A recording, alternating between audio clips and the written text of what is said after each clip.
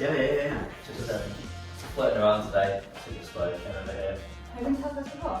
Yeah, we played here about this time last year. Yeah, I think so. And then we did Square Chapel. Oh yeah.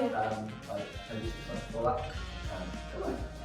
We're only doing Yeah. Still look like a local Nice team. and local, yeah. Yeah, how's it feeling with the album and everything? It's really cool. Thanks. Yeah. You go.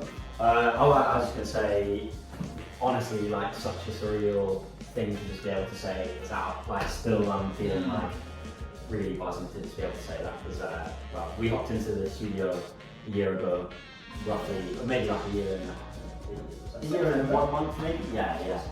But obviously, it was released at the start of this month, and yeah, like having a whole year of time to kind of like sit on this music and then actually finally being able to say it. That's like probably the longest time of like conceiving a project and then actually saying that you've got it out is like, you know, yeah, totally surreal. So it's really enjoying it.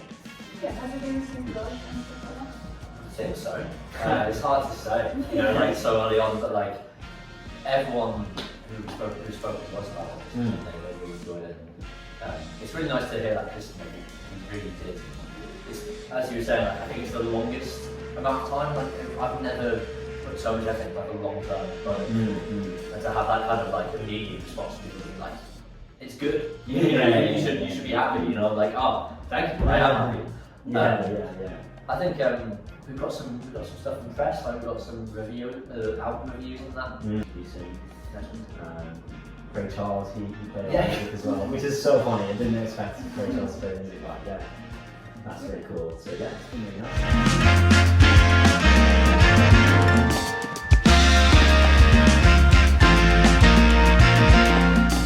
So like, for someone who doesn't write jazz music, how do you do that? Like, is it just a stream of consciousness, or like is it really thought out and planned?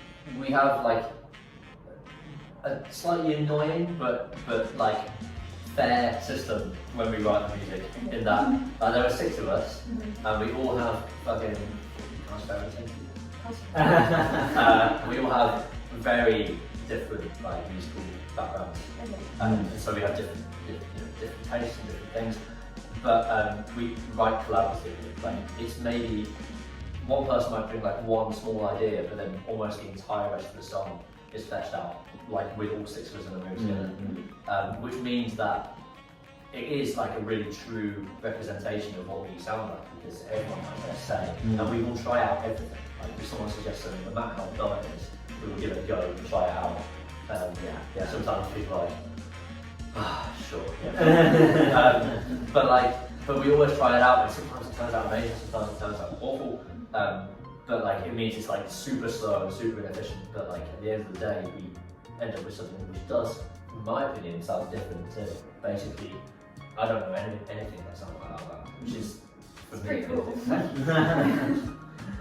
Okay, cool. I was going to ask you about that, like obviously there's a lot of you, so with all different music backgrounds, like do you clash at all, or is it just kind of gel? I mean, like any band, I think there are moments of like, you know, being unsure or something.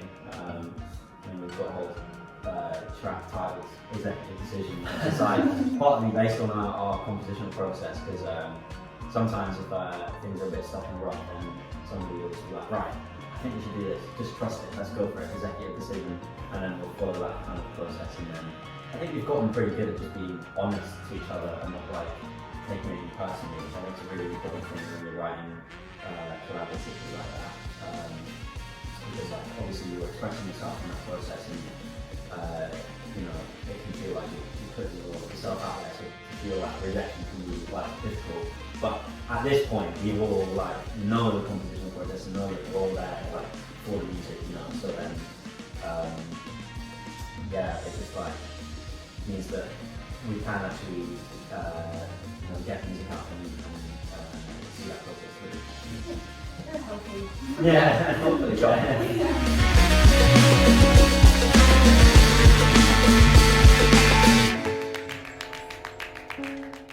Okay, so the artwork, because obviously you talked about all the like different backgrounds with music, and I know that you changed the artwork a little bit once the album's done.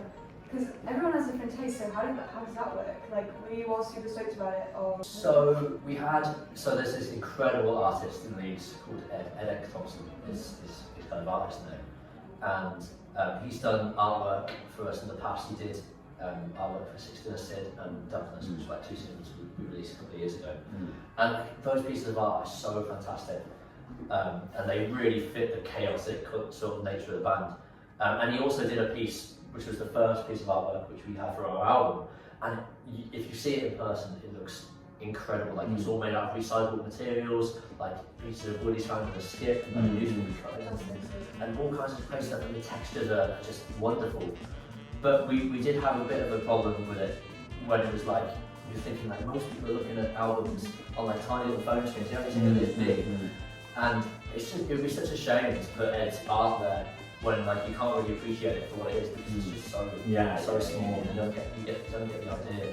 So it was really rough, but we had to turn around and be like, we still have it up in your kitchen, like it's still there, we still treasure it, it's still art. But we ended up asking our friend Izzy, Isabella got all the illustration.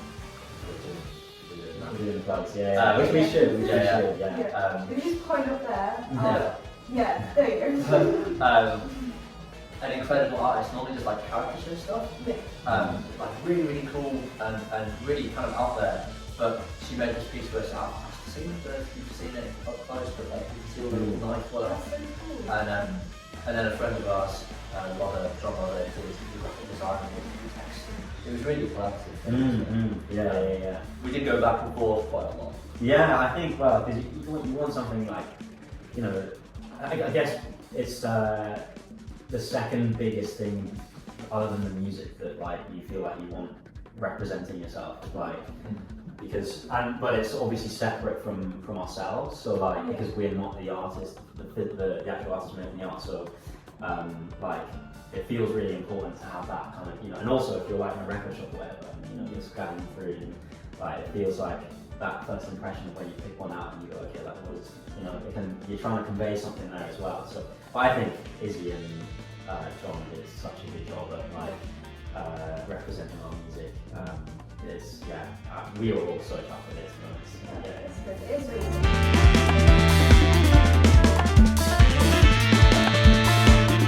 What's inspiring you at the moment? What's exciting you?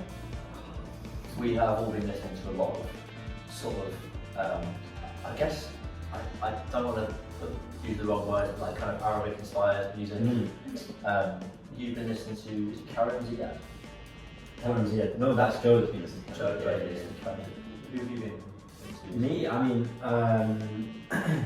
Plantfood wise, I've been listening to Rob Luft actually, who's a guitarist from London. He's got a great album called Life is the Dancer. And discovered him actually quite recently, but he's got really, like, I would describe it as quite vivid music in that it sort of makes you kind of almost see like what they were thinking about, like almost like visually by listening to the music. It's very like, and it takes you on quite a journey as well. I think our music is very, due to the enormous tour influences, like it takes you on quite a journey. So I'm a big fan of the music. It's got that kind of thing going on for it as well. So yeah, all about. Yeah. I was going to say, there is that kind of big Arabic thing, like there's an artist called Omar Suleiman who we've been listening to a lot of, and an incredible album called Wenu, where it's just like every track is just like so hard hitting. And Karen Ziyad is like he's a drummer, a percussionist, and he's a bit more jazz influenced, sort of similar sort of stuff. Finn is the person to speak to about that. Jazz. I've been listening to a lot of dub. I'm my dub. So like Radical Guru, like more dubstep, I guess, like old school dubstep, Bucker, like all this sort of like 140, like really heavy stock bass. You'll hear that.